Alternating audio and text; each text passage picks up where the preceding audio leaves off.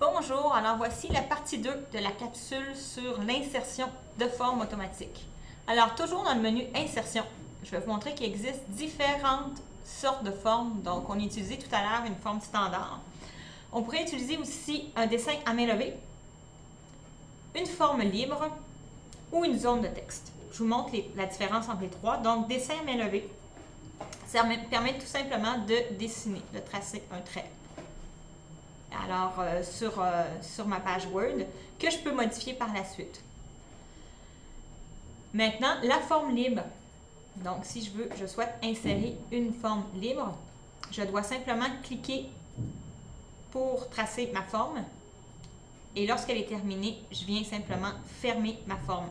Donc, voici une forme libre. Et finalement, pour une zone de texte, vous avez deux choix. Je peux insérer une zone de texte. Ça va me faire une zone de texte format rectangulaire. Je peux taper du texte. Ou je peux aussi utiliser une forme existante et à l'aide du clic droit sur la forme, choisir « Ajouter du texte ». Ne bougez pas, je ne le trouve pas.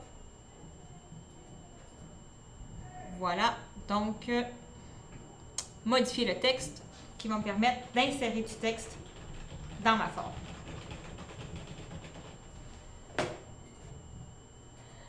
Donc, une fois que j'ai mes différentes formes, on a vu tout à l'heure qu'il était possible de changer la couleur de la forme à l'intérieur et la couleur du contour.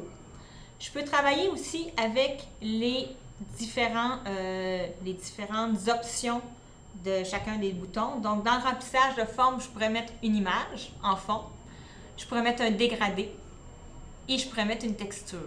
Donc, c'est trois choses différentes que je pourrais mettre. Si vous voulez mettre une image, il faut simplement avoir déjà sur votre ordinateur une image prête à être insérée. Ça s'en vient et voilà. Au niveau du contour de la forme, je peux choisir la couleur, mais je peux aussi choisir l'épaisseur de mon trait et l'aspect de mon trait. Donc, je pourrais choisir avec des tirets.